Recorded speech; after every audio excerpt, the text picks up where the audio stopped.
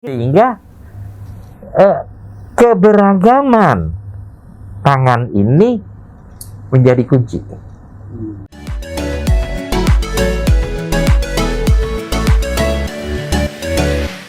Nah, produk pertanian itu biji-bijian, ya kan? Bisa, buah-buahan bisa, sayur-mayur bisa kan? Atau apa istilahnya itu? Ya kan? Lagi nggak ngeklop di kepala saya, ya kan? Ya, nah ini bermacam-macam, ya kan? Nah, tentunya menyesuaikan. Sehingga kalau kita bicara, ya kan, ketahanan pangan untuk nasional, kita tidak bisa mengambil satu produk pertanian, ya kan? Coba dilihat produk pertanian apa yang merupakan keunggulan dari, artinya sesuai dengan budaya. Budaya dan iklim. Ya kan? Dulu kan samaan, ya kan? Satu lagi, ya kan? Sayur-mayurnya apa? Ya kan? Nah, tinggal ditambahkan keberagaman. Nah, cilaka itu. Nah, sehingga kalau kita mengatakan ada daerah terluar, daerah terjauh, target kita bagaimana daerah itu bisa swasembada. Pertaniannya, ya kan, kebutuhannya bisa swasembada. Lebih baik kan kita bawa bibit, dia bercocok tanam, ketimbang kita bawa hasil produk. Satu, lebih baik bawa bibit sapi, bibit ayam, bibit apa sana, ya kan? Dan silahkan mereka bisa. Nah, ketimbang bawa ayam hidup dan lain sebagainya. Nah, kalau ada kekurangannya, oke. Jadi targetnya itu harus bisa daerah-daerah tertinggal kita targetkan swasembada sesuai dengan budaya, ya, setempat. Umpamanya di pulau, bagaimana dia bisa di pulau itu memenuhi setidak-tidaknya 70-80% kebutuhan pangan. Nah, yang ekstra tambahan itu datang, itu mahal gitu loh. Istilahnya, ngapain nggak bawa minyak goreng dari industri ke pulau itu? Dia kan bisa bikin minyak goreng dari kelapanya sendiri. Nenek moyangnya sudah ngajarin, ya kan? Betul. Ya kan? Itu cuma diparut kok. Sesudah itu terus digongsek keluar minyaknya, ya kan? Nah, hal-hal ini harusnya ini cilaka. Nah, saya industri betul.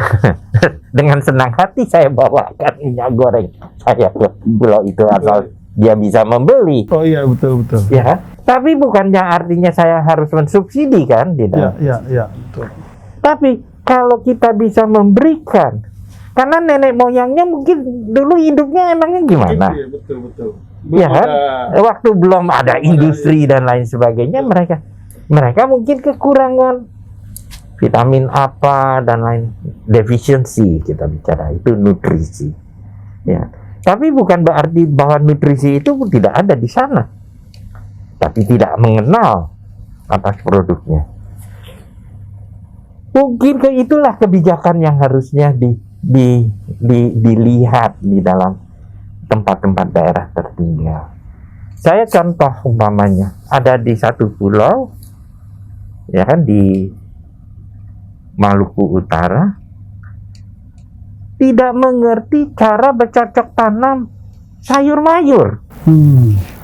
Karena mereka buah, ya kan, buah pala, buah cengkeh, buah kelapa, ya kan.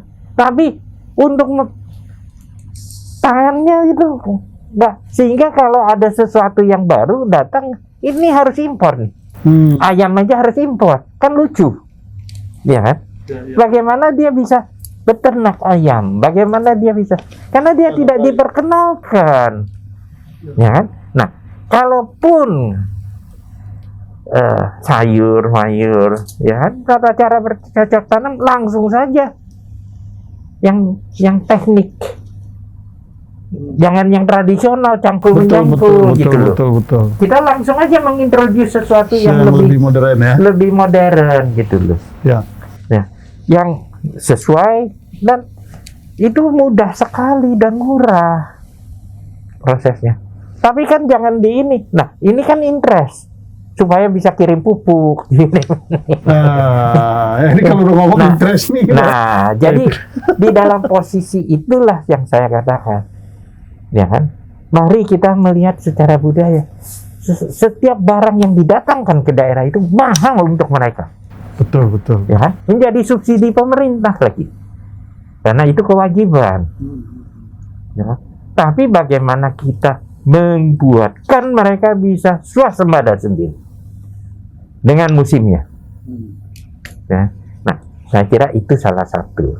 Nah, itu saya ini suka ngamatin, ngelihat. Iya, betul. Gitu. Ini kan Ya kan, jadi di dalam posisi itu. Tapi kan perlu penyesuaian dan Nah, kalau cerita begini, Pak Franky.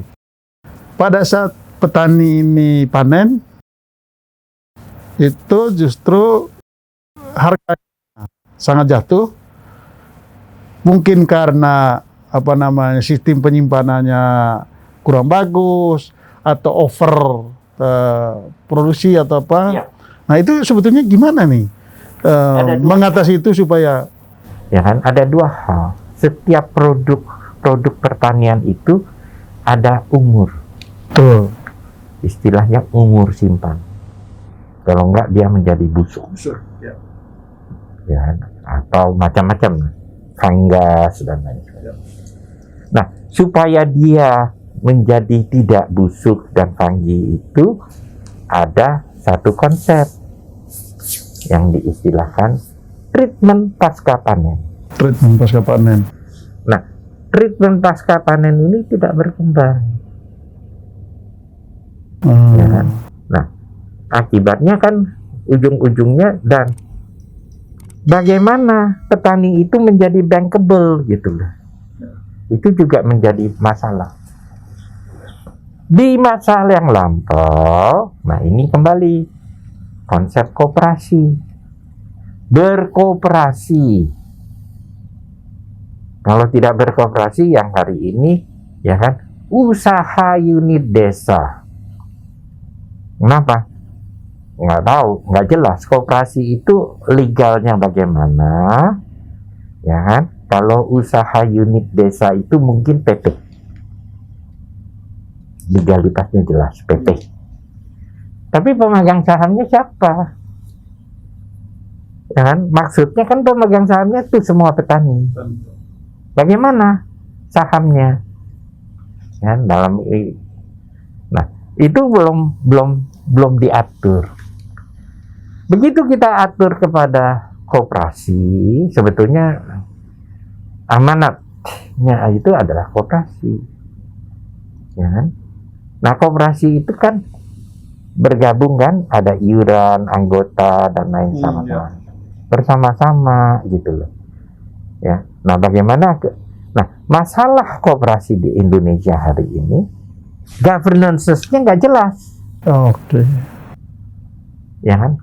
Bagaimana sistem governance itu kan ada 5 faktor. 1, keterbukaan. Bagaimana dia bisa terbuka kepada anggota? Ya. Koperasi mana yang terbuka di Indonesia? Nggak tahu saya. Nomor 2, tanggung jawab pengurus. Ketiga, accountability. Keempat, dia punya independence. Ya. Kelima, kesetaraan. Ya kan? Nah, itu harusnya ada aturan tatanan. Nah, kalau ini ada aturan tatanan, maka bank bisa, ya kan, membiayai karena ada tanggung jawab Oh, di dalam posisi itu, ya kan? Nah, hari ini kan nggak jelas hal itu, ya kan? Nah, sehingga kalau koperasi-koperasi yang lama mana sih yang bisa besar dan bisa berhasil, ya kan? Jadi mengapa? Jadi saya lihat mengapa, apa yang menjadi kesalahan koperasi, ya kan? Koperasi itu hanya bisa hidup selama saya jadi anggota. Begitu saya nggak jadi anggota, saya jadi orang miskin. Harapannya kan anggota kan nanti bisa kaya. Tapi selama saya berkoperasi, saya bisa membiayai anak saya sekolah. Ya, Ya, ya. sisanya saya hilang, Betul. nggak tahu. Jadi bohong-bohongan, Mhm. ya kan? Ya, Jadi contoh aja. contoh ya. Contoh. Jadi kembali ke treatment pasca panen tadi itu. Jadi Nah, itu treatment jadi pasca problem, ya? panen ini penting, ya kan? Nah, ada dua. Kalau dia padi-padian, dia harus bisa dikeringkan, Ya. dan beberapa bisa dikeringkan. Kalau mau fresh, dia harus ada refrigeration. Nah, fasilitas ini yang harus available, Harus. ya kan? Dan dulu ada istilahnya sistem resi gudang, ya kan? Tapi kan itu nggak berkembang. nggak berkembang ya. Resi gudang. Nah, ujung-ujungnya akibatnya yang membuatkan naik turun itu adalah tengkulak kan? Karena petaninya harus hidup Ya, ya, ya. di dalam posisi itu. Nah, itu yang menurut saya penting menjadi perhatian. Nah, namun dengan nanti, ya kan, mungkin petani-petani milenial mungkin nanti, ya kan, makin hari makin berubah. Platform Itu direct sudah ya membantu ya, ya. akan membantu, dan itu akan meng-cut off. Ya Itu kan? terjadi lompatan yang Terjadi luar biasa lompatan. cepat ya. Ya, Itu di dalam posisi itu. Ya Tapi kan itu infrastruktur harus lengkap ya. ya, ya, Di ya. dalam- Dan itu sistemnya harus lengkap. Kalau Betul. enggak ada tengkulak lagi nih di di antara itu. Jadi ya, antara itu. Ya. Nah, ini menjadi tantangan. tantangan ya urusan pangan ini. Belum lagi tadi bicara soal penjualannya ya. Sudah treatment sampai ke penjualan itu kan seringkali jadi masalah juga bagi Iya. petani kita. Ini Kan memang- basisnya kan kepercayaan kan ke dalam. Saya juga tidak menyalahkan, ya kan, saya pernah turun keliling di Jawa. Saya bicara dengan petaninya di sawah. Pak, kan dari pagi kan ngiyang dan ini. Nanti kalau udah jam 8 ngapain? Kenapa nggak jalan-jalan ke pasar, Pak? Ya, ya, ya, ya. Tahu nggak jawabannya apa? Jawabannya, Pak, kalau ini semua ada yang beli, ini habis saya sudah silakan. Terus yang bilangin dia menjadi orang miskin siapa? Dia nggak ngomong harga loh. Harga 3.500. Yang menteriak bahwa petani rugi 3.500 dan lain sebagainya, itu siapa? Petani yang mana? Ya kan? Tapi waktu saya bertemu, Pak, kalau ini habis semuanya, ada yang membeli, saya senang. Maksud saya, Pak, Untung atau tidak? jalan-jalan ke sana. Ya, jalan-jalan ke pasar supaya tahu harga gitu loh. Ya kan? Hingga waktu sebelum ini ada yang, karena nggak ada aturan, nggak ada aturan di dalam posisi itu. Nah, dulu ada aturan budaya itu. Kalau setahu saya ya, di Jawa, di Jawa Barat juga sama. Ada aturan-aturan lama yang menjadi ini. Tapi aturan-aturan yang kesepakatan masyarakat itu tidak ditangkap. Itu yang saya katakan budaya. Ya, bagaimana tata cara pembagian? hasil itu tidak ditangkap, ya kan? Main loncat aja yang modern ini gitu loh, yang produk hukumnya ada di KUHP ya, apa? KUHP, ya kan? Nah, hukum yang maunya yang ada dalam budaya, ya kan? Juga merupakan hukum itu apa sih? Hukum itu kan bukan yang di KUHP. Hukum itu kan kesepakatan masyarakat yang dibuatkan secara tertulis menjadi hukum. Betul.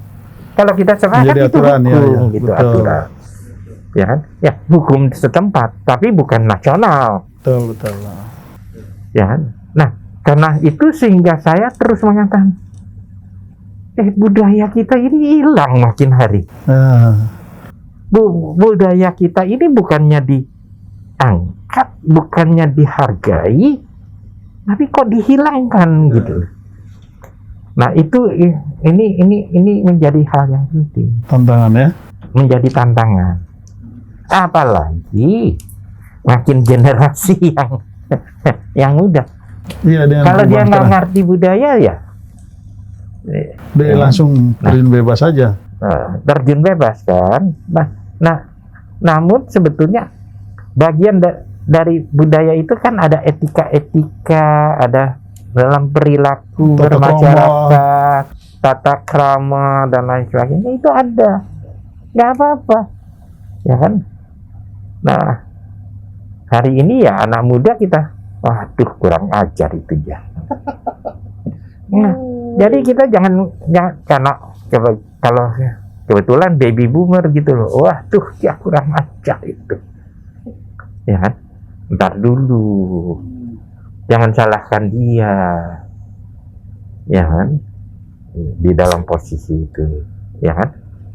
Mengenal saja dia nggak ini, ya kan?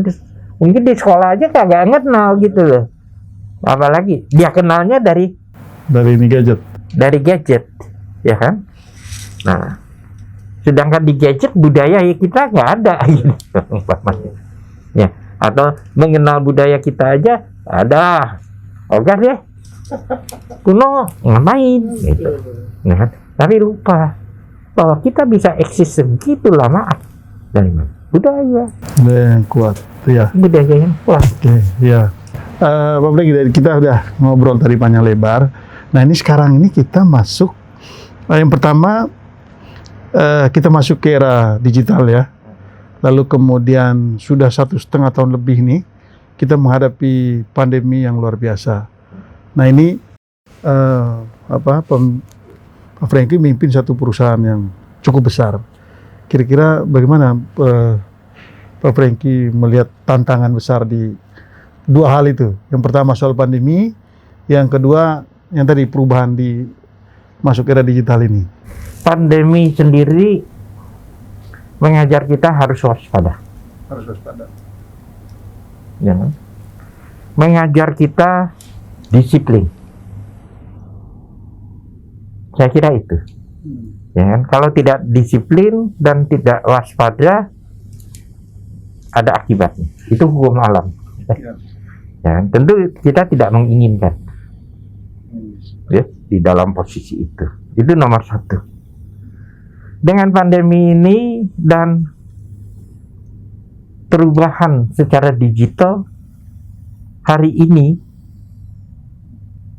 dan untuk ke depan, ya kan, mengajarkan kita lebih baik dan lebih efektif dan lebih efisien. Oh gitu ya. Ya. Artinya apa? Hari ini saya mau bertemu dengan semua sales manager saya yang di daerah. Nggak perlu ini ya, nggak perlu datang. Jadi lewat ini aja, Zoom aja. Zoom saja, kotak. Rapat nggak usah datang berkumpul, lewat kotak. Ya kan? Untuk berkumpul dan bertemu mungkin cukup sehari. Nggak perlu setiap kali ini, 3 bulan sekali. Melalui kotak kita bisa bertemu kok. Ya, kita bisa bicara, ya kan? Yang paling penting mengerti bahasa Indonesia. yang baik ya kan, karena dalam berbicara itu ya kan. Dan hari ini jarak jauh kontrol banyak sudah pakai teknologi ya. Nah, Jadi sudah bisa dipantau jarak jauh ya. Sehingga cost of traveling dan kita bisa lebih mengefisienkan diri dan kita bisa lebih produktif. Saya kira itu satu sisi, ya kan? Dan itu merupakan tantangan, ya kan? Artinya, ya kan, pandemi ini, ya kan, satu sisi ada mengakibatkan satu hambatan, ya kan? Di satu sisi lagi, ya kan, memacu satu kemajuan teknologi. Jadi kalau dulu kita anggap enteng, hari ini enggak. Ya kan? Mau nggak mau, kamu harus belajar. Dan kamu harus bisa membiasakan diri. Nggak bisa menolak. Tidak bisa menolak. Ya kan? Jadi di dalam posisi itu. Ya kan? Ya kan? Intinya, ya kan, tentu ada perubahan-perubahan. Artinya perubahan daripada source of income itu juga berubah. Ya kan? Umpamanya edukasi, ya kan, yang tadinya ruang kelas adalah batasan source of income, secara elektronik mungkin bisa 4 kali lipat yang belajar. Ya kan? Betul, sekaligus. Iya, bisa 4 kali lipat ruangan, karena nggak perlu semuanya kan ruangan kumpul, ya kan, seminggu sekali atau 3 hari sekali, 4 hari sekali, satu ruang kelas bertemu, ya kan, berkumpul, ya. Nah, tinggal kurikulum teknik bagaimana. Kalau dia sudah 4 kali ruang kelas, artinya biaya pendidikan turun 1/4. Iya dong. Nomor 1 itu. Yang menjadi tantangan adalah gurunya. Kalau gurunya baby boomer, nggak biasa bicara di depan kamera, bagaimana tata cara mendidik di depan kamera? Itu jadi tantangan ya. Itu jadi tantangan gitu loh. Ya. Nah, jadi banyak yang opportunity yang ada, ya kan? Dan mungkin kalau dia yang aktif, dia jadi guru yang paling populer. Ya betul. Ya, saya kira itu. Ya, nah kalau ini kan karena pandemi ini itu banyak perusahaan yang kolaps. Ya. Kalau Indofood sendiri gimana? Ya, di dalam hal itu relatif ya. Kebetulan ya, Indofood itu industri makanan. Jadi setiap mau pandemi orang harus makan gitu ya. Di dalam posisi itu, begitu dia mengidentifikasi, harus bisa re-engineering, re-collaboration, ini, ya kan? Itu tantangan masing-masing gitu loh. Ya kan, kalau tetap berpikir gaya yang sama, gaya yang dulu, mungkin pasti ketinggalan ya. Akan ketinggalan. Saya kira itu. Tentunya tidak lepas, ya ada lah yang berdampak di transport. Bagaimana transport mentransformasikan diri, ya kan, tentunya industri perhotelan ini yang saat ini. Tapi itu lebih sifat temporary. Ya, saya kira itu. Ya. Nah ini Pak Franky, kalau pesan Pak Franky untuk dunia usaha agar bisa eksis ke depan ini apa?